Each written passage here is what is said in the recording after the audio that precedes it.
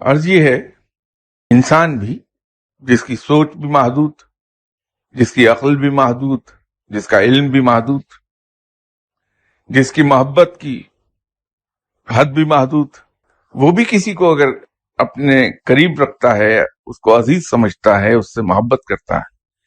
تو اس کو وہ چیز دینا پسند کرتا ہے، وہ تحفہ دینا پسند کرتا ہے جو اس کے نزدیک سب میں اچھا ہو۔ تو اللہ چونکہ علم کو بہت عزیز رکھتا ہے، اسے علم بہت پسند ہے، تو جس سے بھی وہ راضی ہوگا اسے علم ہی عطا کرے گا، اور علم سے وزڈم پیدا ہوتی ہے، اور ایسنس آف وزڈم خود رب ہے۔ تو رب تعالی خود شناسی سے حق شناسی کی طرف لے جائے گا اسے علم کے ذریعے سے، اس لیے